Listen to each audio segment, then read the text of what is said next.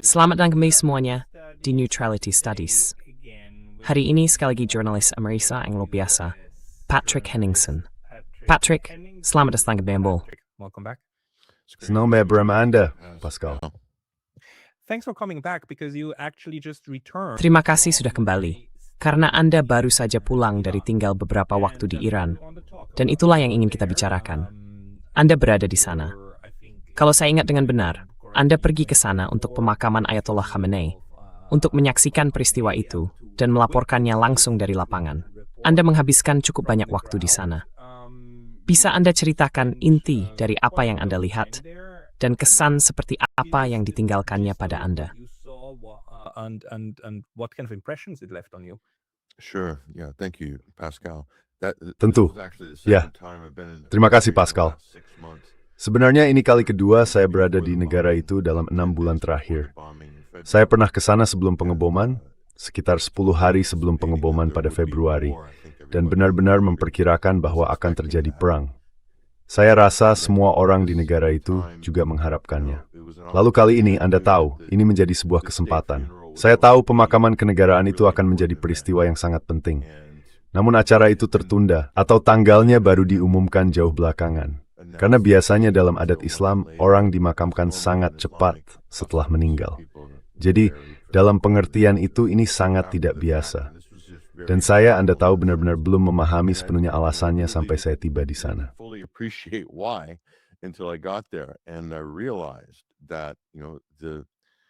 Dan saya menyadari, Anda tahu betapa besar logistik yang diperlukan untuk sebuah acara sebesar ini.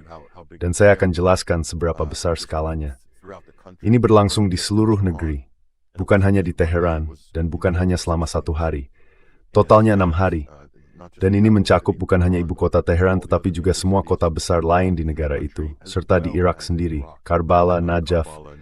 Jenazah pemimpin tertinggi yang telah wafat dibawa ke Irak, lalu dibawa kembali lagi. Puncaknya berlangsung di kota suci Mashhad, yang menjadi tempat peristirahatan terakhir sang pemimpin. Kota itu juga dianggap sebagai kota asal atau kampung halamannya.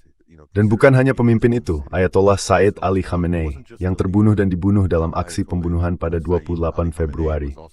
Keluarganya juga, termasuk seorang cucu perempuan berusia 14 bulan.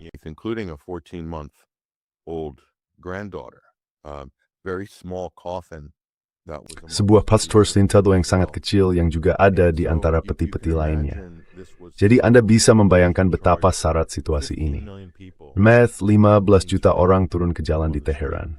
Nah, saya tidak tahu rincian pas, tapi angka itu diakui oleh Financial Times. Oke, itu organisasi media yang berbasis di Inggris. Jadi itu berlangsung pada Sabtu, Minggu, dan Senin. Namun, perkiraan konservatif untuk poika mensatio temat era 2 bulan hingga 10 juta. Itu perkiraan konservatif untuk hari Senin, hari terakhir prosesi pemakaman di Teheran. Lalu, secara nasional 40 orang ini ikut serta dalam ini dengan satu cara lainnya.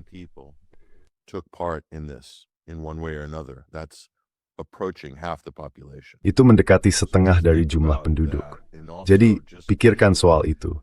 Dan coba bandingkan dengan semua yang selama ini diberitahukan kepada kita tentang seberapa besar dukungan yang dimiliki pemerintah, atau seberapa besar dukungan untuk pemimpin maupun sistem politik di negara itu. Yang diberitahukan kepada kita di Barat dan sudah sejak lama diberitahukan, adalah bahwa mereka berada di ambang kehancuran. Anda mungkin melihat dokumenter Lindsey Graham. Ada cuplikan yang dirilis. Ketika dia berbicara sambil berkendara melewati Washington, kami hanya ingin beberapa kota jatuh. Lalu, kami ingin melibatkan orang-orang Arab, dan kami pikir itu akan terjadi cukup cepat. Dia sedang membicarakan masyarakat Iran dan rezim Iran, begitu istilahnya.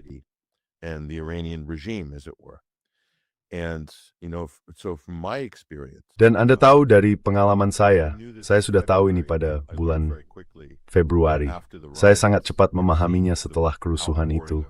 Dan setelah melihat gelombang dukungan bagi pemimpin dan pemerintah pada pertengahan Februari, setelah apa yang disebut sebagai kerusuhan itu, saya juga berada di sana untuk benar-benar memahami apa yang kini saya lihat sebagai kampanye propaganda besar-besaran yang mengklaim bahwa pemerintah Iran membunuh 50.000 rakyatnya sendiri dalam 3 hari atau semacamnya. Itu benar-benar keterlaluan, seperti kampanye propaganda paling mengerikan di Barat yang bisa Anda bayangkan. Sepenuhnya palsu, sama sekali tidak benar. Tetapi pelajaran utamanya adalah, semua itu dirancang untuk menciptakan landasan moral guna membenarkan perang yang akan datang atau serangan terhadap Iran.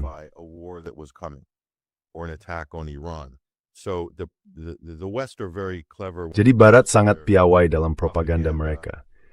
Mereka tahu bahwa mereka bahkan bisa memecah perdebatan di kalangan konservatif lewat orang-orang seperti Thomas Massie atau kaum konservatif anti-perang mantan MAGA yang berkata, ya, kami menentang perang. Lalu juga ada kaum liberal sentris yang mungkin condong anti-perang. Kemudian, ketika Trump dan Israel melanjutkan perang itu, mereka akan berkata, saya menentang Trump. Ini tidak benar. Ini bukan perang yang legal. Mereka harus berkonsultasi dengan Kongres soal ini dan seterusnya. Tapi rezim ini benar-benar rezim yang sangat-sangat buruk. Mereka membunuh 50.000 rakyat mereka sendiri. Jadi lebih baik kalau mereka sudah tidak ada. Ini argumen yang sama yang mereka gunakan untuk Saddam Hussein. Yeah. They used for Saddam Hussein. Yeah, Blair it's himself. Yeah. the 50,000 Iranian protesters. 50.000 pengunjuk rasa Iran yang terbunuh itu adalah bayi-bayi inkubator versi Iran, bukan? Itu semacam pembenaran moral untuk mengajak cukup banyak orang agar berkata, ya, baiklah. Sebenarnya, Amerika Serikat, orang-orang yang berkuasa di sana, memang punya pemahaman yang sangat canggih tentang penduduk mereka sendiri dan bagaimana memanipulasi mereka supaya, ikut saja. Into kind of, let's go along. Yeah, they can game out the debate in the public. Ya, mereka bisa mengatur arah perdebatan di ruang publik sejak awal. Lalu itulah propaganda yang mengisi kekosongan dan menjaga narasinya tetap utuh. Jadi, itu berhasil sampai tingkat yang besar. Maksud saya, Trump sudah mengulanginya. Ada juga soal 40 bayi yang dipenggal, jenis hal yang sama setelah 7 Oktober. Pemerkosaan massal oleh Hamas pada 7 Oktober. Semua hal ini sudah dibantah secara luas dan terbukti sebagai klaim tanpa bukti. Begitu pula dengan ini. Namun, sekali Aaron sebagai musuh baik train NAG, Bobit, dan bevat sebetembok propaganda sepenuhnya di Revivasa Sprank the News. Propaganda has been so relentless. Jadi bisa dibilang, saya mulai jauh lebih memahami hal itu pada kunjungan kedua saya tahun ini. Kunjungan itu Anda tahu pada dasarnya terjadi selama perang atau setelah periode utama permusuhan, meskipun situasinya kembali memanas ketika saya berada di sana. Bahwa Iran adalah negara yang paling dijadikan iblis, masyarakat yang paling didehumanisasi, dan kepemimpinan yang paling disalahgambarkan, mungkin dalam sejarah, setidaknya di era modern. We can throw a few other countries in there as well, including Russia. But there's something with, I think it's because of the religious component that... Saya rasa itu karena unsur keagamaannya, yang secara khusus dianggap mengancam Barat, dan juga karena apa yang diwakilinya sebagai semacam teladan anti-kolonial atau yang disebut anti-imperialis bagi negara-negara lain. Jadi Barat dan Israel semacam satu tim, kalau boleh dibilang begitu, dan terutama negara-negara Eropa mendukung kampanye demonisasi ini. Dulu mereka tidak terlalu begitu, tetapi kini mereka mulai ikut terlibat. Compounded has drained some like mendelegitimis Iran, but one spirit word of earns but dip next time res eek style of team, it's with great boast with pride. Or as a quote regime, but also as a civilization. Right. Hey, just a very quick note. Hai, sekadar catatan singkat. Cara terbaik untuk mendukung kanal ini adalah dengan mendaftar ke Substack gratis saya. Anda juga bisa membantu lewat langganan berbayar di sana, atau membeli merchandise baru kami di neutralitystudies.com. Tautannya ada di bawah. Sampai jumpa di sana. See you there. And this is where the real clash comes in. Dan disinilah benturan yang sebenarnya terjadi. Karena ketika Anda berada di sana, Anda menyadarinya. Dan apa yang saya lihat luar biasa, Pascal. Saya bahkan tidak punya kata-kata untuk menggambarkannya. Tingkat kohesi sosialnya, kekuatan kerumunannya, energi yang begitu kuat di jalanan.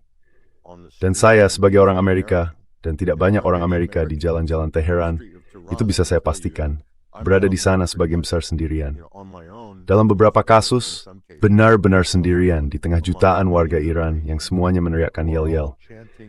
Banyak poster merah yang meminta pembalasan atas kematian dan pembunuhan pemimpin mereka, Dan banyak juga poster dengan tagar bunuh a Trump. lot of signs Okay. with hashtag KILL Trump, okay, held by very old elderly women. Dibawa oleh perempuan-perempuan yang sangat tua, para lansia, juga anak-anak muda, serta mereka yang saya anggap dulu sebagai kaum liberal yang condong ke barat. Kini justru mereka yang paling keras di tengah kerumunan, dalam yel-yel dan sebagainya dengan mengatakan, tak ada lagi perundingan dengan Amerika Serikat, masa itu sudah berakhir. Benar-benar banyak orang yang menyerang Araghchi Ghalibaf dan tim Iran dengan berkata, mengapa kalian berunding dengan Amerika? Jadi, mereka tidak sabar dan menimbulkan transformasi total dalam blok oposisi di ranah politik. Dan itu terjadi akibat serangan Amerika Serikat, Israel, serta sekolah Minapus, misal pembantaian semua gadis muda ini pada hari-hari keikal pemboman Amerika Israel dan Ball. Of the U.S. bombing and the Israeli bombing campaign. But all of these things have basically Namun semua hal ini pada dasarnya telah meluluh lantakkan oposisi yang dibangun Barat selama puluhan tahun dengan menghabiskan miliaran dolar di negara itu. Dan Anda tahu, kudeta yang sebenarnya adalah ketika Scott Bessent, Menteri Keuangan AS, membanggakan di sebuah forum internasional bagaimana ia menjatuhkan mata uang Iran, rial, dan membawa para pengunjuk rasa turun ke jalan. Sebelumnya, banyak orang menyalahkan pemerintah atas buruknya pengelolaan ekonomi.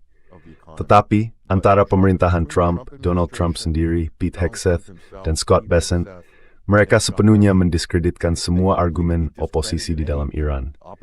Dan menurut saya, mereka benar-benar memperkuat pemerintah, negara, dan kepemimpinan Iran, serta seakan membenarkan semua yang selama ini mereka katakan tentang Barat, dan betapa brutal serta Anda tahu tidak efektifnya Barat.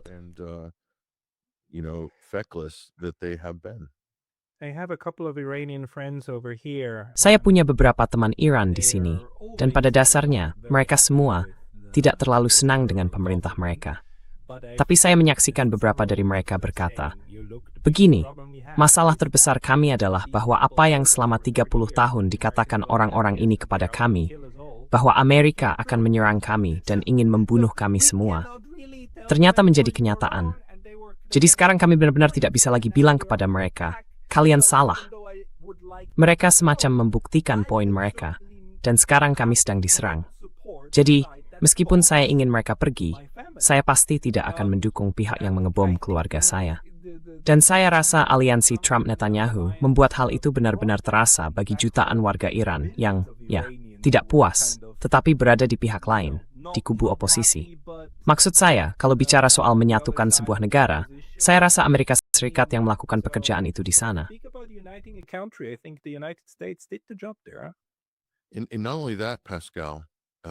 Dan bukan hanya itu, Pascal, mereka juga menghidupkan kembali revolusi Islam atau pemerintahan revolusioner. Kalau Anda memikirkan berbagai generasi pemimpin tertinggi yang baru saja wafat ini, Ayatollah Sayyid Ali Khamenei, generasinya dan mungkin anak-anaknya yang masih sangat muda saat revolusi berlangsung. Dia bicara tentang akhir tahun 70-an dan awal tahun 80-an. Perang Iran-Irak dari 1990 sampai 1988. Mereka hanya bisa meneruskan. Ada museum di Teheran yang menampilkan setiap detail dan aspek perang itu. Tetapi tidak ada yang bisa menandingi pengalaman langsung, pengalaman yang benar-benar dijalani. Ada orang-orang yang hidup melewati perang itu. Lalu ada mereka yang bertempur dalam perang, atau yang melihat rudal Scud jatuh menghantam Teheran dari Irak.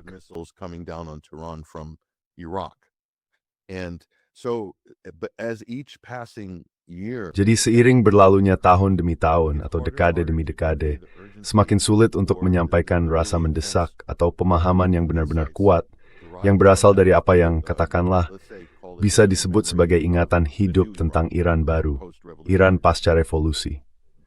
Namun sekarang, generasi muda yang mereka sebut Gen Z atau anak-anak muda saat ini punya pengalaman yang bahkan lebih intens daripada sebelumnya. Karena sekarang mereka telah melihat langsung konfrontasi dengan militer Amerika Serikat, seluruh kekuatan militer AS dan militer Israel yang ditimpakan kepada mereka.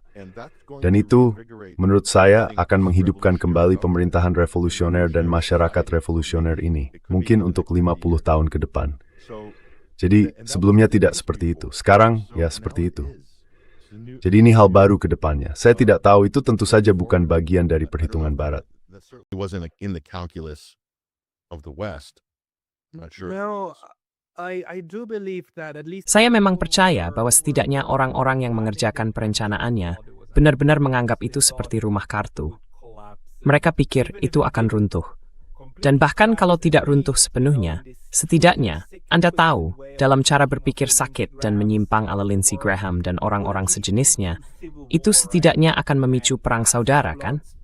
Dan pertumpahan darah besar-besaran. Lalu Iran bisa menghancurkan dirinya sendiri. Dan kita tinggal duduk di sana sambil tertawa seperti, oh, kisah Iran yang konyol. Ya, tapi itu tidak mengarah ke sana, kan? Justru itu mengarah pada konsolidasi. Saya tahu Anda terutama berada di Iran, tapi karena Anda juga membicarakan Irak, bagaimana kesan Anda tentang dunia Muslim yang lebih luas?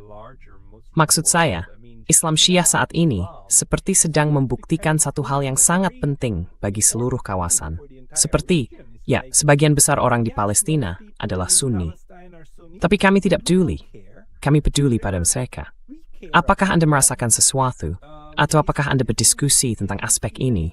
Tentang apa yang lakukannya yang terhadap dunia Islam? what it will do to the Islamic world? Absolutely, yeah. A lot of discussions, in fact, on Tentu this. saja. So Bahkan we're banyak talking sekali about the pembahasan tentang ini. ummah. Jadi kita sedang berbicara tentang umat dunia Islam. So Lalu apa yang happened terjadi? because Iran bukan the hanya Iran menerima has pukulan, not tetapi just mereka masih hit. tetap berdiri. Okay. Dan bukan cuma masih bertahan, mereka juga berhasil melakukan manuver judo geopolitik yang luar biasa terhadap Amerika Serikat dan Kekaisaran Barat, kalau boleh disebut begitu, termasuk Israel. Mereka membalikan posisi tawar, meski mereka yang lebih habis pun kaleng jauh dalam persenjataan. Reversing the leverage. Mereka berjaya itu. Sekarang, Gobi sembahas, ijutek tahas dari itu spiritik, gemes politik yang murni. You know, from a pure geopolitical.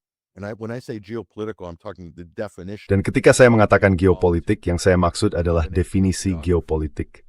Gabungan antara geografi, manusia, budaya, dan masyarakat, serta bagaimana semua itu dapat membentuk politik internasional, terutama unsur geografisnya. Mereka telah mencapai penangkalan militer geopolitik dengan memanfaatkan penangkalan geografis, dan melakukannya dengan cara yang sangat efisien. Lalu Anda harus bertanya pada diri sendiri, dan saya akan kembali ke komponen agama, Pascal, karena itu sebenarnya sangat krusial. Bahkan ketika kita berbicara tentang Iran, itulah inti pembicaraannya. Namun ketika Anda berbicara tentang sebuah negara peradaban, saya pernah ditegur. Saya belum membicarakan hal ini dengan orang Iran. Saya berkata, jadi Anda adalah negara peradaban yang berusia 3.000 tahun. So you're a 3,000-year-old civilizational state. They're like, no, 5. Mereka seperti bilang, tidak, 5. Okay, 5. I stand corrected. Jadi oke. 5,000 5. civilization. Saya koreksi pernyataan saya. Negara peradaban berusia 5.000 tahun. Nah, yang menakjubkan, Pascal, dan mungkin ini kebetulan yang serasi, pada tanggal 4 Juli, tepat di akhir pekan saat prosesi pemakaman ini berlangsung, saya berada di Teheran. Hari kemerdekaan Amerika Serikat sedang berlangsung. Itu peristiwa besar di media. Dan saya menghadiri pemakaman pemimpin yang dibunuh oleh pemerintah saya, dikelilingi orang-orang yang mengangkat poster bertuliskan, "Matilah Amerika." Ya, sementara saya memakai kartu pers dengan bendera kecil Amerika di atasnya. Omong-omong, sentuhan yang bagus dari pihak Iran. Saya tidak merasa tidak nyaman atau terancam. Tapi saya memang menyadari betapa intensnya momen itu. I did recognize the intensity of the moment, though, and it's a very emotionally intense time. Itu masa yang sangat intens secara emosional bagi orang-orang. Dan ada banyak rasa ingin tahu dari orang Iran tentang apa yang saya lakukan di sana, siapa saya, apa pendapat saya tentang mereka, dan segala hal lainnya, juga tentang pemimpin mereka, dan seterusnya. Tapi, begini, negara saya Amerika baru berusia 250 tahun. Lalu saya berada di sebuah negara berperadaban yang sudah berusia 5.000 tahun. Seharusnya pada suatu titik, orang-orang di Barat menyadarinya, begitu juga orang Israel. Tapi itu soal kesadaran yang saya tidak tahu kapan akan muncul.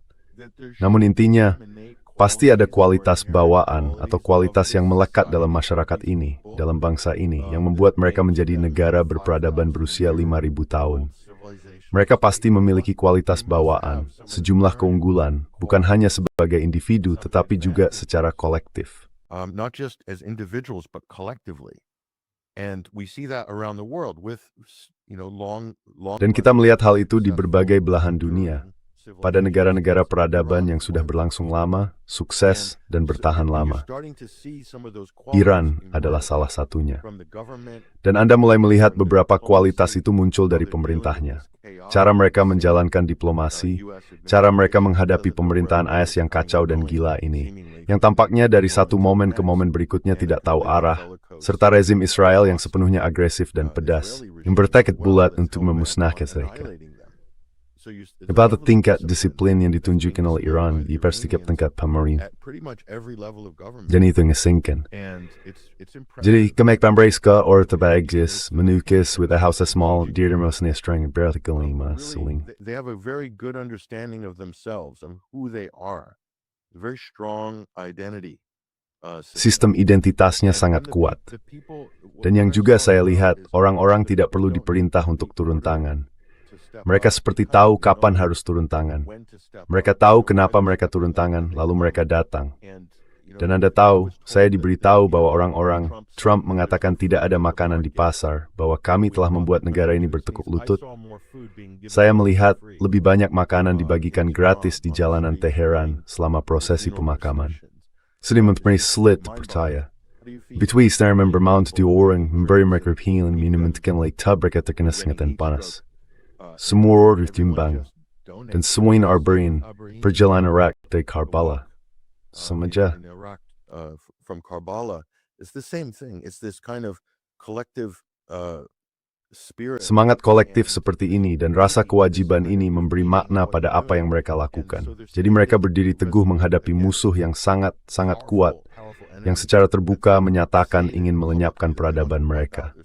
Ya, dan itu bukan ancaman kosong ngomong-ngomong. Amerika Serikat dan Israel telah mewujudkan sebagian dari ancaman itu. Jadi, ada karakter tertentu di sana. Dan saya melihatnya, dan bagi saya terutama, energi di Teheran sangat kuat. Sangat kuat. Dan di Mashhad ada jenis energi yang berbeda di tengah kesedihan dan masa berkabung itu. Dan yang menarik, Pascal, terkait soal agama, ada sebuah slogan yang mulai terlihat di mana-mana dalam bahasa Persia, Arab, dan Inggris. In Farsi, Arabic, and English. Even in English, they had in certain places. Bahkan dalam bahasa Inggris, di beberapa tempat tertulis, kita harus bangkit.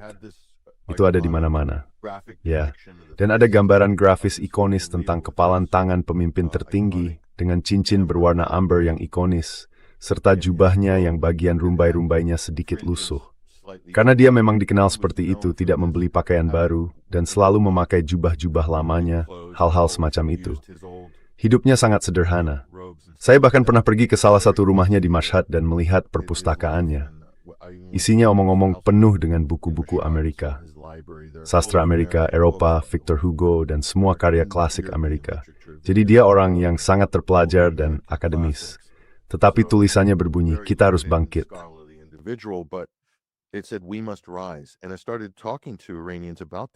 Dan saya mulai membicarakan hal ini dengan orang-orang Iran. Karena ini slogan yang sangat singkat dan menyentuh. Dan Pascal, saya mendapat begitu banyak jawaban yang berbeda. Bagi saya itu menarik, karena orang-orang mengatakan, oh itu propaganda rezim. Nah, kalau itu propaganda rezim, bagaimana bisa orang yang berbeda menafsirkannya sampai kira-kira 10 cara berbeda? Jadi menurut saya, ini negara yang memiliki minat dan kedalaman intelektual yang biasanya diremehkan di Barat. Saya bertanya, apakah maksudnya Islam harus bangkit? Apakah Islam Syiah? Apakah Iran sebagai negara? Ya, sebagai negara inilah waktu kami. Kami harus bangkit, dan kami harus bangkit melawan para penindas. Islam harus bangkit, umat harus bangkit, harus menghadapi tantangan. Islam Syiah, mereka adalah bangsa Imam Hussein. Islam, they're the nation of Imam Hussein. And that's a very important narrative. Dan itu adalah narasi yang sangat penting. Dan itu benar-benar menjadi dasar bagi semuanya. Lihat konstitusi Iran, pasal, saya rasa 154. Pasal itu mengamanatkan bahwa mereka membela orang-orang tertindas, dimanapun mereka berada di dunia. Ini tidak lazim setidaknya bagi negara manapun atau konstitusi manapun. Jadi apa yang mereka wakili secara global satu sama lain, saya rasa di dalam Iran, tetapi juga secara global bagi dunia Islam, dan bukan hanya dunia Islam. Mereka akan membela Kuba, membela Venezuela, membela Korea Utara atau Palestina, tentu saja yang paling terkenal. Dan orang-orang di Palestina itu bukan orang Persia atau Iran. Mereka adalah Arab Levant. Jadi mereka pun akan membela orang Irlandia atau siapapun. They would defend the Irish or whoever. So there's a principle there that transcends religion, but religion. Jadi ada prinsip di sana yang melampaui agama. Namun menurut saya agama digunakan untuk mengkristalkan seruan itu. Jadi yang Anda lihat di sana adalah penyulingan dari 5.000 tahun sebuah negara peradaban menjadi sebagian dari esensinya dalam masyarakat negara Islam Syiah saat ini di sana. Dan itu sangat kuat. Sungguh sulit menggambarkan rasanya berada di tengah semua itu pada masa yang begitu syarat emosi, hampir 24 jam sehari, 7 hari seminggu. Maksud saya, hari terakhir berlangsung terus sampai hampir fajar di Mashhad, dan ada jutaan orang di luar sana. Dan seruan-seruannya, kalau saja saya bisa berbahasa Farsi, tentu saja, tetapi ada beberapa yang diterjemahkan untuk sangat menentang Amerika, Anda tahu. Very defiant against America, you know. It's so fascinating the way the words that you're using. Sangat menarik cara kata-kata yang Anda gunakan untuk menggambarkan ini. Karena bagi saya, kedengarannya seolah-olah Anda telah menyaksikan sebuah momen revolusioner. Cara Anda membicarakan ini mirip dengan banyak gambaran tentang orang-orang yang mengalami revolusi yang sesungguhnya. Anda tahu, semua orang turun ke jalan dengan senjata dan sebagainya. Mereka sering membicarakan bagaimana ketika Anda menjadi bagian tak terpisahkan dari sesuatu, menumbangkan sesuatu. Alice Septakiswo is a kawo. Hal itu ingin mesminan na himedibhast.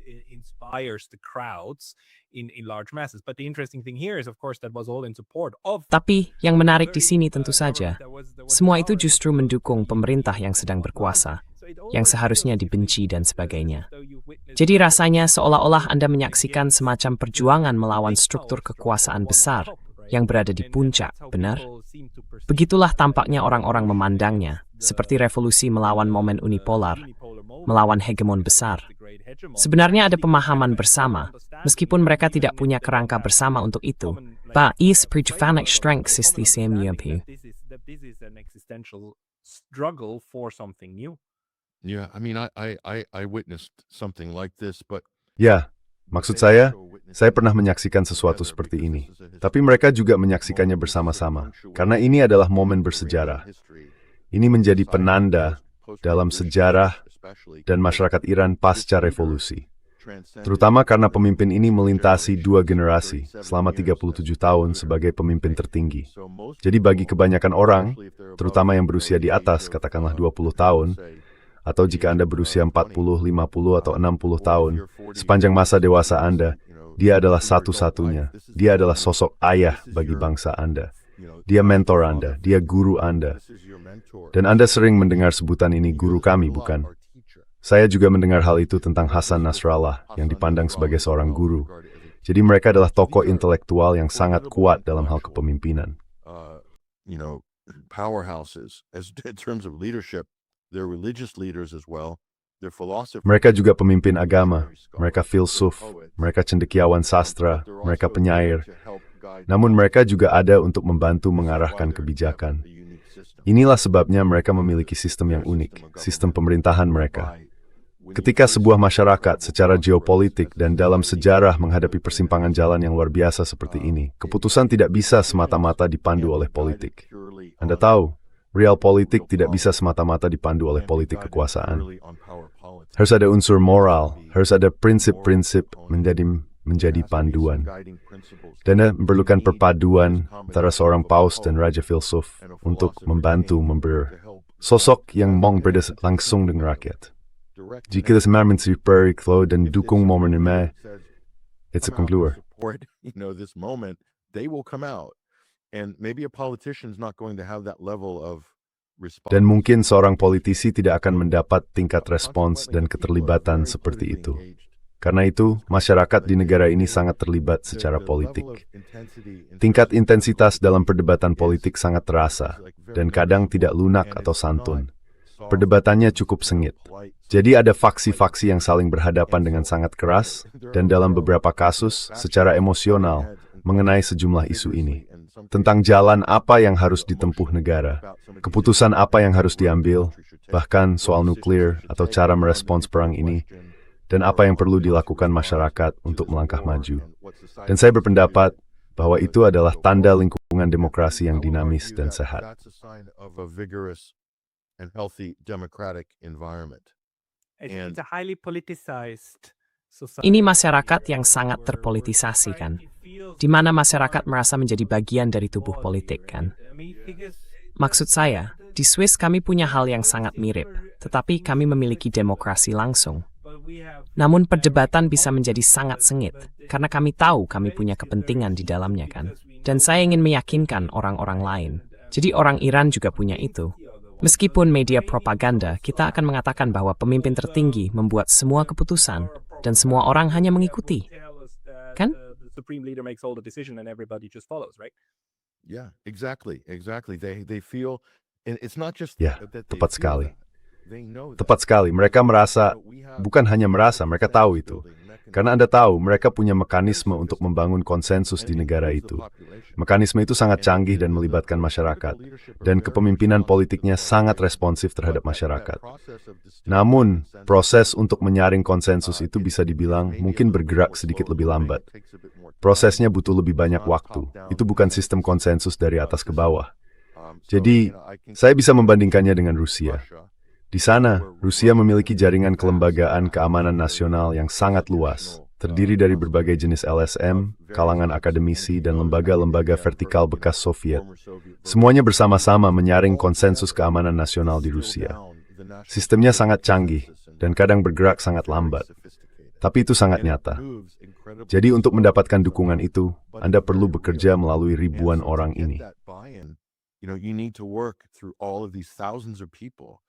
Iran has similar many institutions, many NGOs. Iran juga punya banyak lembaga serupa, banyak LSM, dan mantan pejabat pemerintah yang aktif dalam masyarakat sipil di Iran.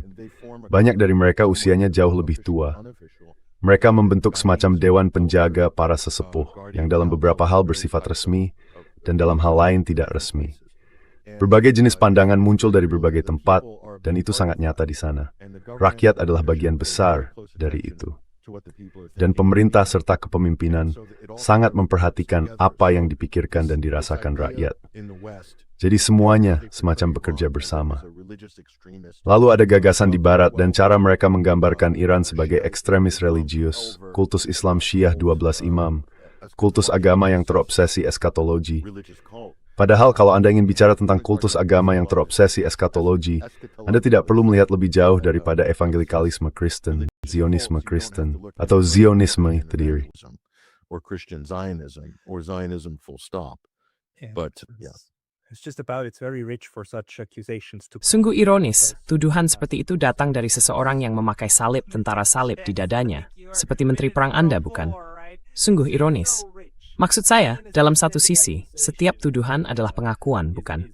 Ini salah satu masalah utama saya dengan Barat kita. Kita mengambil tindakan kita sendiri, lalu menafsirkan pihak lain, seolah-olah mereka pasti melakukan hal yang sama, bukan? Jadi kalau mereka melakukan sesuatu, kita menganggap itu pasti seperti kita, padahal tidak. Dan ini kesalahpahamannya. Mereka sebenarnya sesuatu, dua kri kita berbeda. Faith. Then they're different thinking. Our vaunted Secretary of War in America. Menteri Perang Amerika yang sangat dibanggakan itu, maksud Anda Pete Hegseth dengan salib Yerusalem dan berbagai ikonografi tentara salib lainnya yang terpatri permanen di tubuhnya. Tapi menanggapi poin Anda sebelumnya, Pascal, apakah memang itu yang terjadi? Bagi saya luar biasa kalau kita memikirkan bagaimana semua ini berlangsung secara langsung. Amerika Serikat telah membunuh seorang pemimpin negara yang sudah lanjut usia tetapi sangat dihormati dan dicintai, yakni Bapak Pendiri Negara Revolusioner Islam Iran. Bapak pendiri yang saat ini menjabat. Mereka membunuhnya. Sekarang, putranya telah dinominasikan sebagai pewaris yang akan menggantikannya, oleh Dewan Ahli dan diterima oleh rakyat. Tetapi putranya belum muncul di hadapan publik. Ini sangat kontroversial.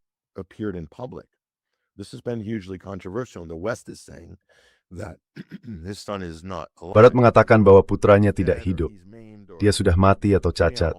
Mereka melontarkan segala macam julukan yang keterlaluan, hinaan, dan semacamnya untuk merendahkan serta mencemarkan nama pemimpin baru, Mojtaba Khamenei.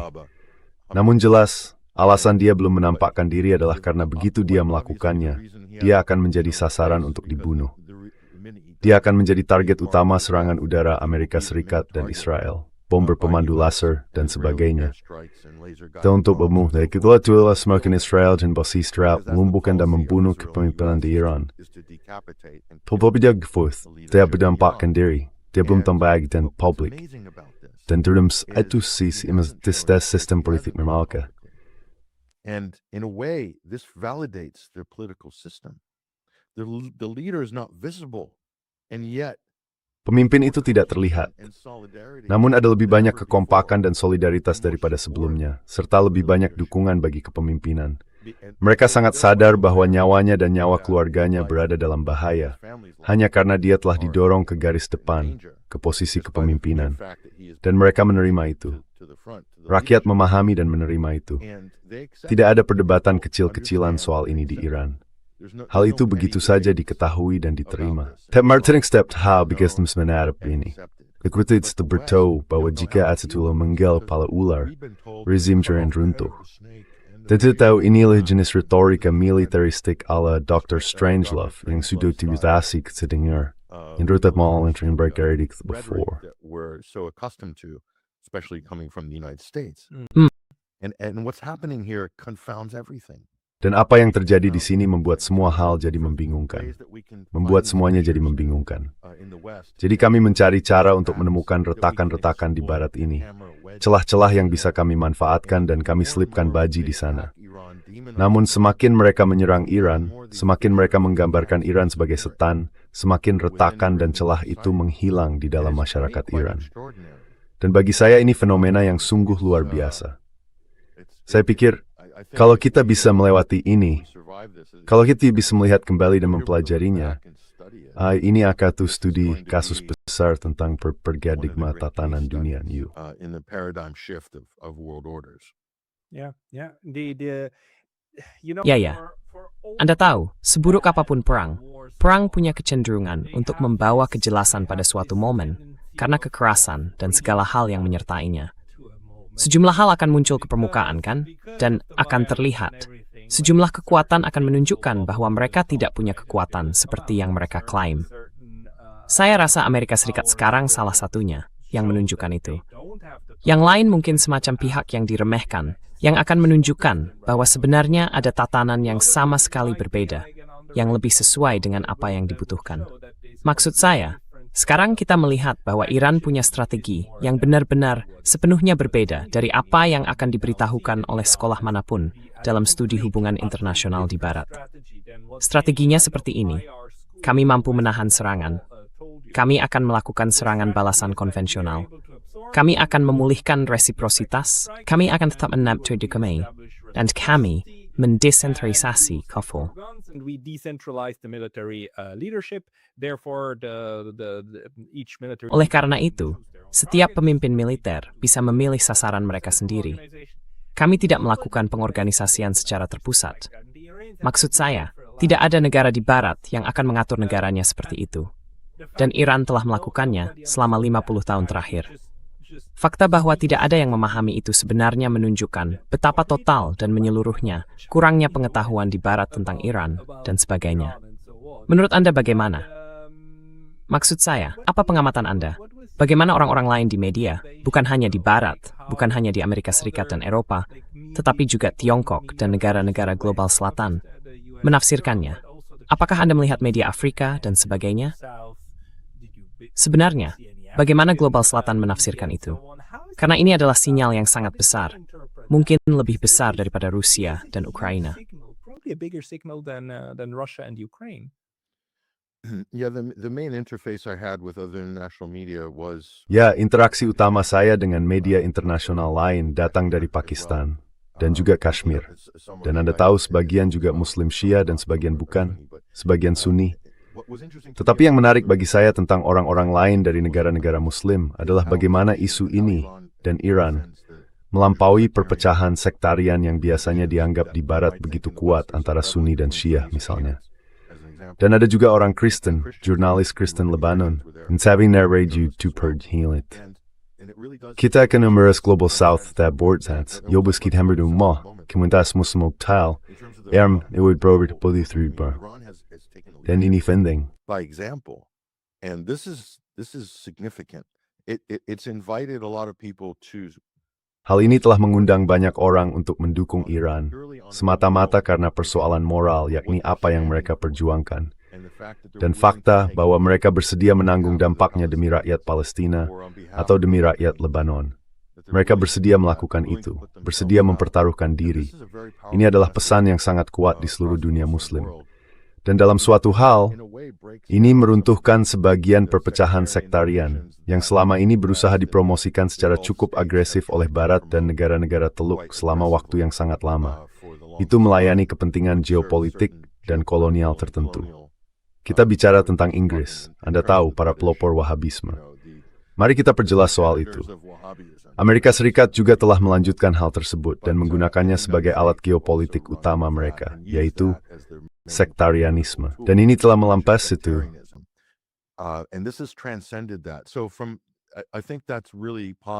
Jadi menurut saya dalam satu sisi itu sangat positif. Karena bagi banyak jurnalis dari seluruh dunia, baik dari negara-negara Muslim maupun dari luar negara Muslim, itu berarti mereka tidak lagi harus menyaring cerita ini melalui kacamata sektarian. Ceritanya jadi sangat jelas dan sederhana. Dan saya rasa itu sesuatu yang tidak diperhitungkan Barat. Karena Anda harus ingat, Amerika sudah begitu banyak berinvestasi dalam narasi Sunni melawan Syiah selama puluhan tahun. Belum mereka ke dalam narasi itu. Justru bergabar tergabar di penduduk sekian agresif ketika dia bekerja untuk Fox tepat sebelum pemilu 2024. Itu cukup mengejutkan, mengecewakan bagi sebagian dari kami yang dulu mendukungnya saat dia mencalonkan diri sebagai presiden sebagai kandidat anti perang.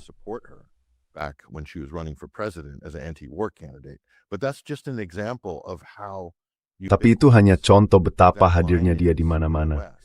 Kalimat itu ada di Barat. Jadi saya rasa banyak jurnalis internasional cukup senang melihat saya dan beberapa orang lain dari Barat ada di sana, lalu berinteraksi dengan kami, berbicara dengan kami. Dan Anda tahu, Anda tidak mungkin berada di sana tanpa mengajukan pertanyaan dan mempelajari kehidupan religius mereka, keyakinan mereka, serta apa yang terjadi tepat di depan mata Anda. Karena itu merupakan bagian tak terpisahkan dari bagaimana drama ini berlangsung. Terutama pemakaman ini, dan perjalanan ke tempat-tempat suci seperti Mashhad dan Makam Agung Imam Reza, dan seterusnya. Semua itu sangat penting dalam kisah yang dimiliki orang-orang tentang sejarah mereka.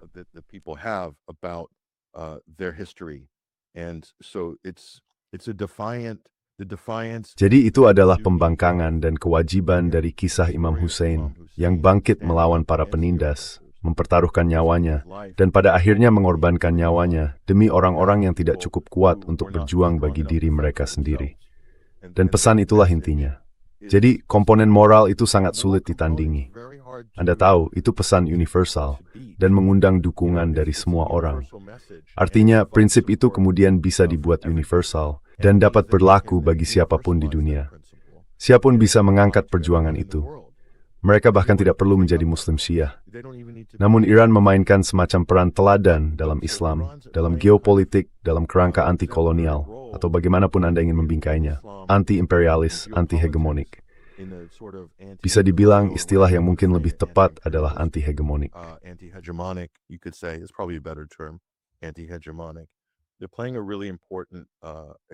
Dalam hal itu, mereka memainkan teladan yang sangat penting, dan mereka melakukannya di bawah sanksi, di bawah pengepungan ekonomi total, di bawah embargo. Mereka tidak punya angkatan udara seperti yang dimiliki Turki. Mereka juga tidak diperlengkapi sebagai militer konvensional, bahkan tidak mendekati tingkat kemampuan beberapa negara tetangga mereka, termasuk Arab Saudi. Jadi entah bagaimana, mereka berhasil memanfaatkan sumber daya yang mereka miliki dan berfokus pada semacam pandangan jauh ke depan tentang masa depan. Masa depan pertahanan nasional dan peperangan. Seperti yang Anda katakan sebelumnya, Mereka telah mempersiapkan diri selama puluhan tahun untuk menghadapi serangan yang dipimpin Amerika Serikat, dan mereka berhasil melakukannya. Dan Anda tahu bagaimana mereka bisa melakukan itu. Saya sudah berkeliling ke seluruh Asia Barat, Pascal. And I've traveled all around West Asia, Pascal. And I've never seen a country in the Middle East or West Asia. Dan saya belum pernah melihat negara di Timur Tengah atau Asia Barat, setidaknya dari Iran ke arah barat hingga Mediterania, yang sama sekali tidak mengimpor tenaga kerja. Dengan kata lain, semua orang bekerja di negara itu. Dari lapisan masyarakat paling bawah sampai paling atas, bisa dikatakan, semua orang bekerja. Negara itu sangat terdidik. Pendidikan tinggi adalah pencapaian yang sangat dicari dan didambakan di negara itu, baik oleh laki-laki maupun perempuan. Jadi semua orang bekerja di setiap tingkat masyarakat. Mereka tidak bergantung pada impor tenaga kerja seperti negara-negara Teluk. Negara-negara Teluk mengimpor seluruh tenaga kerja manual mereka, semua pekerja bangunan mereka. Mereka menggunakan mereka sebagai umpan meriam untuk membangun Dubai dari Bangladesh, Sri Lanka, Filipina, dan sebagainya.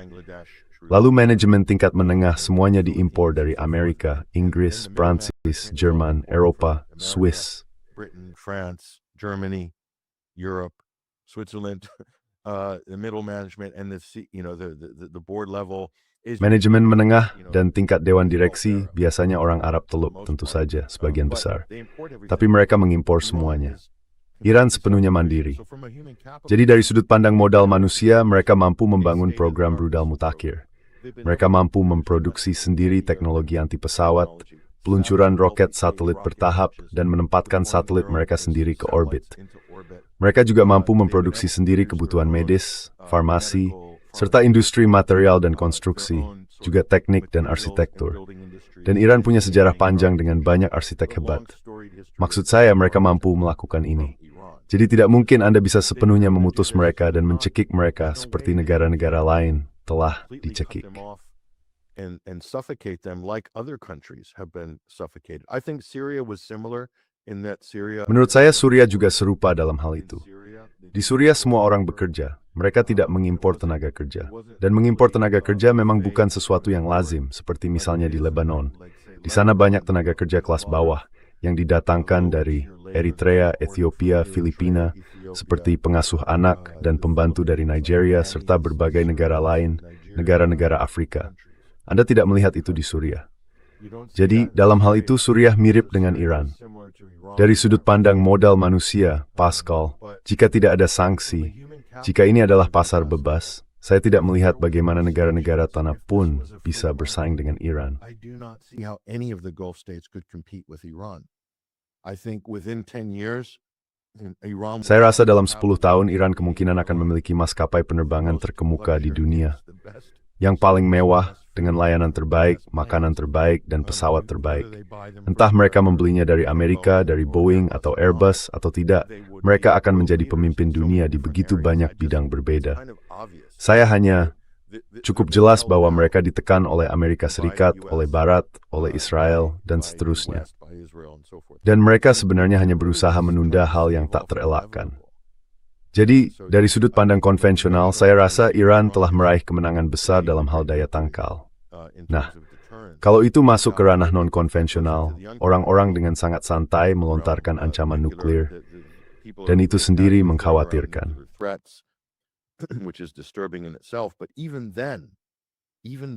Tetapi bahkan dalam situasi itu pun, itu tidak akan, bahkan serangan nuklir terhadap Iran, terbatas atau tidak akan mengakhiri peradabannya.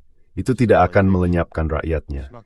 Dan saya pikir mudah-mudahan kesia-siaan dari gagasan itu pun pada akhirnya akan disadari.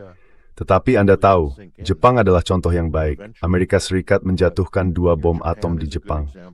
Apakah itu mengakhiri peradaban Jepang? Sama sekali tidak. Itu mengubahnya. Itu mengubah politiknya. Tapi Jepang retugget house menepath studiumen terperdamingkan jualan. Di Iran, and saya memberi.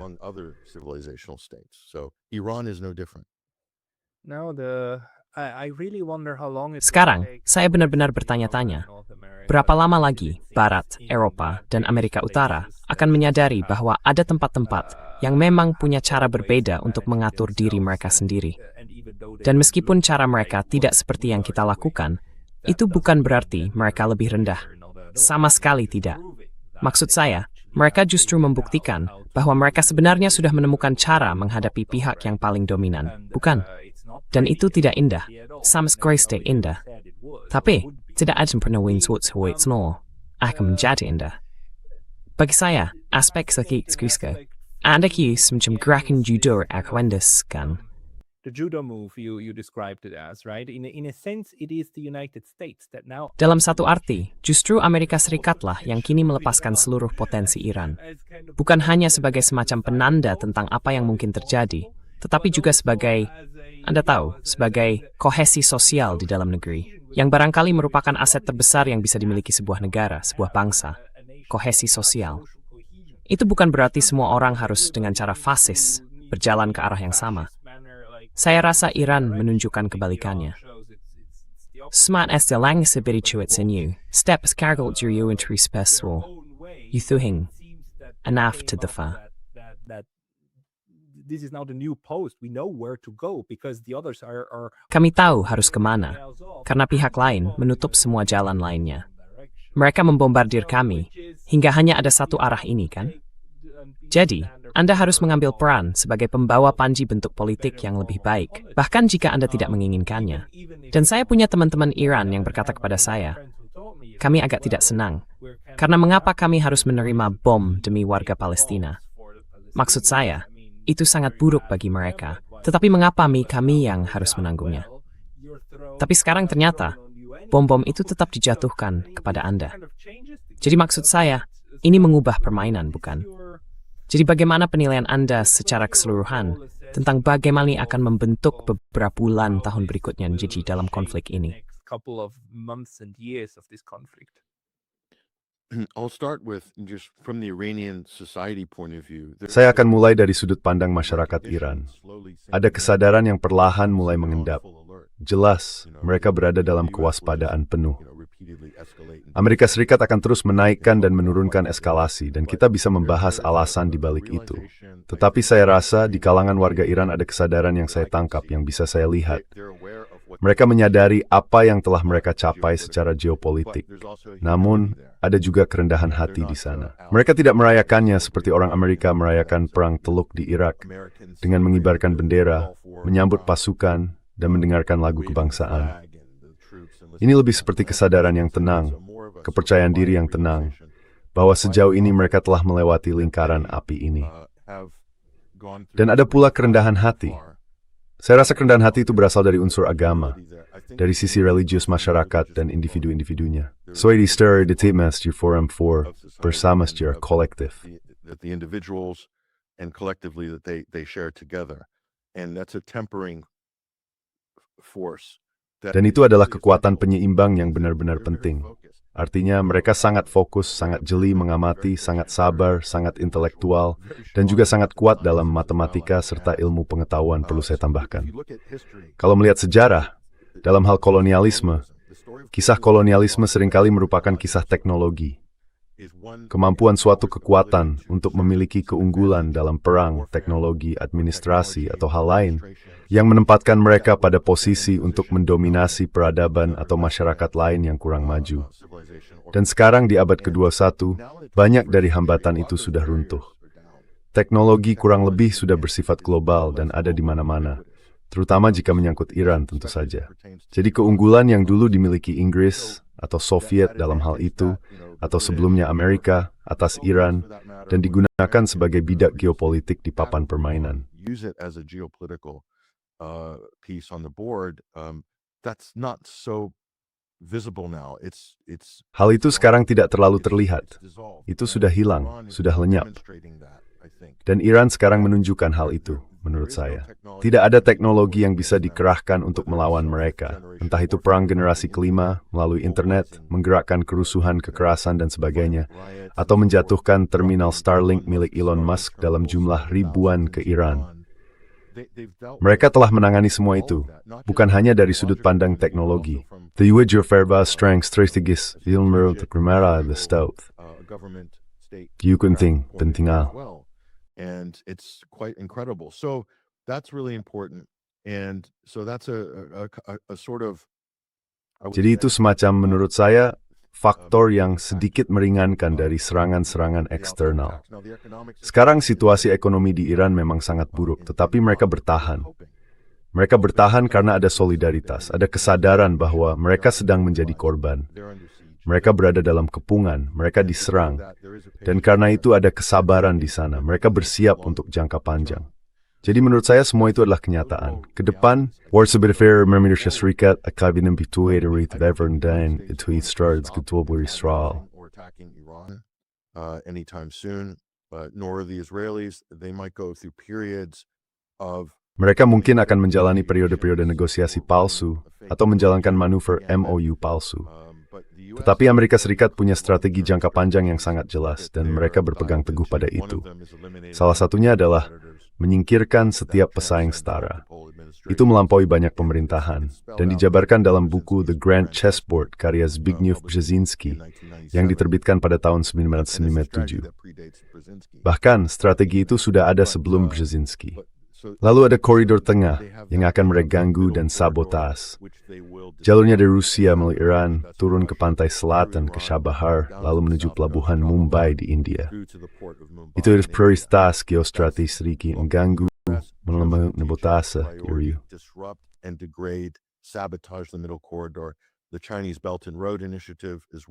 Inisiatif Sabuk dan Jalan Tiongkok juga sedang disabotas dan diganggu. Ini adalah strategi besar dan tujuan jangka panjang Amerika Serikat yang konsisten. Selain itu, kita memiliki titik-titik cekik, Selat Bab al-Mandab, Selat Hormuz, penguasaan jalur-jalur air utama ini, dan tidak membiarkan pesaing setara mengendalikannya. Semua itu sudah menjadi bagian dari strategi Amerika Serikat. Semuanya adalah prioritas Pentagon. Pentagon didanai. Operasi-operasi itu didanai dan akan terus berlanjut. Mereka mungkin menguranginya, tetapi kemudian akan meningkatkannya lagi. Dan yang dilakukan Amerika Serikat adalah menggunakan MOU sebagai kedok untuk menciptakan dan mengatur provokasi di dalam dan sekitar selat-selat itu, lalu secara bertahap menargetkan infrastruktur dalam jangka waktu panjang.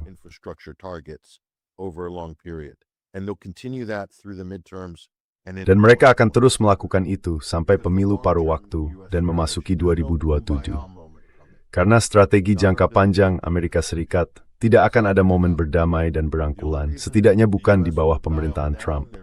Itu tidak akan terjadi. Satu-satunya alasan Amerika Serikat akan mengendurkan strategi jangka panjangnya adalah jika, pada saat itu, mereka tidak memiliki peralatan atau sumber daya yang tersedia untuk melakukan apa yang ingin mereka lakukan. Satu-satunya hal yang menghalangi mereka untuk terus menyerang Iran adalah masalah sumber daya dan logistik bagi Amerika Serikat. Jadi mereka akan menjalani sandiwara ini. Anda tahu, Donald Trump baru saja melakukannya minggu ini. Oh, kami akan orang Iran meminta kami bernegosiasi. Negara-negara Arab ingin kami menghentikan serangan. Dan demi kebaikan umat manusia dan rakyat Iran, kami akan menunjukkan belas kasih dan bernegosiasi.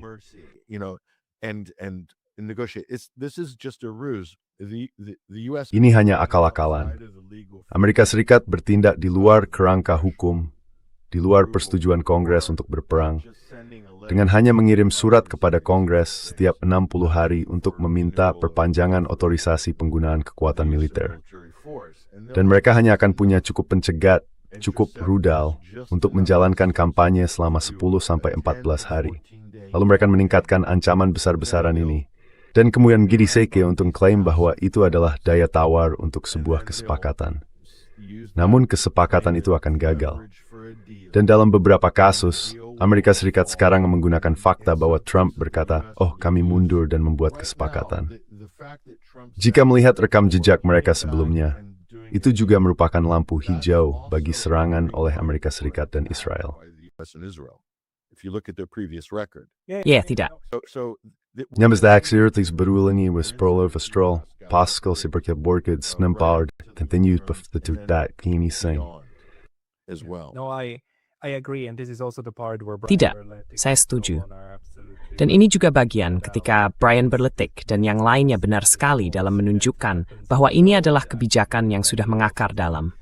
Kebijakan ini berjalan sebenarnya di bawah tingkat pengambilan keputusan sehari-hari dan seterusnya. Tapi itu justru kembali menguatkan strategi pihak lain yang mengatakan, ya, keadaan perang permanen yang dipaksakan Amerika Serikat itu memang permanen. Jadi satu-satunya cara untuk mengatasinya adalah dengan menghilangkan sarana untuk melaksanakannya. Jadi mereka sedang mengerjakan itu. Itulah intinya. Mereka sudah memahaminya bersama Rusia juga. Dan saya rasa China semakin lama semakin memahami bahwa ya, Anda harus memastikan Amerika Serikat tidak bisa melakukannya. Bukan karena mereka tidak mau. Anda tidak akan pernah bisa mengubah keinginannya, tetapi Anda bisa mengubah kemampuannya. Jadi, kemeng sebiut teh, idai skray new Grayson Musa trained. That's probably the name of the game of the next couple of years. The timeline that American administration's working on- Jangka waktu yang sedang diupayakan oleh pemerintahan Amerika itu, Anda tahu, 2 dan 4 tahun, selaras dengan pemilu. Gaya kebijakan luar negeri Demokrat akan berbeda dari kebijakan luar negeri Republik atau Trump. Tetapi strategi dasarnya, seperti yang Anda katakan, tetap konsisten dari satu pemerintahan ke pemerintahan berikutnya. Jadi ada peluang-peluang tertentu dalam pemerintahan Trump yang bisa diwujudkan oleh Imperium Amerika Serikat, jika boleh disebut begitu. Atau yang bisa diwujudkan Israel, dengan juga memanfaatkan Imperium Amerika Serikat demi tujuan proyek Israel Raya mereka. Ngomong-ngomong, itu juga diterima oleh para perumus strategi AS selama tidak menghambat strategi mereka. So long as it doesn't impede their American imperial objectives. Tujuan-tujuan Imperial Amerika. Jadi, dalam 2 tahun yang tersisa dari pemerintahan Trump, ada peluang untuk melakukan sejumlah hal yang bombastis. Karena begitu Trump pergi, pendekatannya akan beralih ke kekuatan lunak dan cerdas melalui LSM, jenis subversi yang sama sekali berbeda. Mereka bekerja melalui organisasi hak asasi manusia untuk membangun narasi tanggung jawab untuk melindungi, tapi Anda benar. Rusia dan Iran memahami ini dengan jelas. Mereka memastikan bahwa izin wajar perenggrace European dan intinya adalah mengerais sumber daya kekaisaran seiring waktu. Membabat sepenuhnya, bermas sepenuhnya dalam ini. Yubas delay, upas ngari kursus pascal world. The other thing I will say, Pascal, is, when the Iranian leadership steps up, Anda tahu, ketika para pemimpin Iran tampil di sebuah pertemuan puncak internasional bersama Rusia, Tiongkok, dan semua pihak lainnya, tidak ada negara lain yang pernah berhadapan langsung dan menanggung seluruh hantaman militer Amerika Serikat seperti Iran. Di era modern, Iran adalah satu-satunya negara yang pernah melakukannya. Jadi, itu memberi mereka tingkat penghormatan tertentu. Dan kalau Anda memikirkan upaya mereka menegakkan garis merah moral ini, seperti yang mereka lakukan di Lebanon Selatan, dan itu merupakan klausul pertama dalam nota kesepahaman, maka itu pada dasarnya adalah garis merah moral. Jadi dalam hubungan internasional, itu adalah kekuatan normatif. Secara definisi, itu adalah kekuatan normatif. Maka Iran secara otomatis telah tampil sebagai, menurut saya, kekuatan normatif di kawasan. I would say the normative power in the region. There's nobody else. That's basically, Tidak ada pihak lain yang pada dasarnya berusaha menegakkan garis merah berdasarkan prinsip moral atau yang berkaitan dengan hak asasi manusia. Dan hanya negara adidaya yang bisa melakukan itu, jika mereka mampu menopangnya dengan kekuatan militer. Itulah perbedaan antara kekuatan normatif tingkat menengah dan negara adidaya. Negara adidaya bisa menopang garis merah itu, entah itu keliru atau tidak. Amerika, Anda tahu, menetapkan banyak garis merah yang keliru. Mari kita perjelas, kemampuan untuk menopangnya dengan kekuatan keras, itulah yang mendefinisikan Anda sebagai negara adidaya. Jadi secara otomatis, mungkin bukan itu yang mereka maksudkan, tetapi secara otomatis Iran menempati posisi itu, setidaknya di kawasan ini. occupying that position, at least in the region. I wouldn't go so far as to say globally. Saya tidak akan sampai mengatakan secara global. Tetapi kalau Anda mempertimbangkan pentingnya kawasan itu sebagai titik tumpu geopolitik dan geostrategis, sebenarnya bisa dikatakan mereka adalah negara adidaya global, mengingat peran yang mereka mainkan dalam engsel penting, bisa dibilang begitu, antara Barat dan Timur. Dan itu tidak bisa diabaikan. Kekuatan-kekuatan lain juga menyadari hal itu. Artinya jika Iran disiplin, konsisten, secara moral, militer, doktrin, dan kebijakan luar negeri, pada akhirnya mereka akan mendapat dukungan bahkan dari negara-negara seperti ya di dunia ini. Pada punya kita G, itu akan terwujud. Inilah presiden baru. It's a new precedent, and it's definitely a precedent of the. Dan ini jelas merupakan presiden bagi dunia multipolar. yang suatu hari nanti akan kita lihat kembali, dan kita tarik kesimpulannya. Tapi untuk saat ini, saya benar-benar ingin mengucapkan terima kasih banyak karena telah berbagi semua pengalaman dan pengamatan itu dengan kami. Singkat saja, Patrick, kalau orang ingin mengikuti Anda, mereka harus kemana? Patrick, people who want to follow you, where should they go? Well, hopefully, I'll send you a couple of links if. Baik, semoga saya bisa kirimkan beberapa tautan kalau bisa ditaruh di bawah. Tapi yang pasti, ikuti kami di 21stcenturywire.com. Dukung juga kanal YouTube kami. Kami tidak mendapat kemudahan apapun dari Alphabet, jadi kami perlu orang-orang benar-benar datang langsung ke sana. Tekan suka dan berlangganan. Saya akan kirimkan tautannya, juga tautan Substack. Baru tahun ini kami mulai membangun kehadiran di Substack juga. Jadi, ya, mengenai dashboard daring sehat berwadu Twix Morithurgay. Any support from anybody is greatly appreciated. Everybody, please support the work Semuanya, tolong dukung kerja para jurnalis yang sungguh-sungguh dan luar biasa. Dukung Patrick Henningsen. Saya akan memasukkan semua tautan yang Anda kirimkan kepada saya ke kotak deskripsi di bawah ini. Lalu, kita akan berbicara lagi segera. Patrick Henningsen, terima kasih banyak atas waktu Anda hari ini. Thank you so much for your time today. Terima kasih, Pascal. Saya Gain.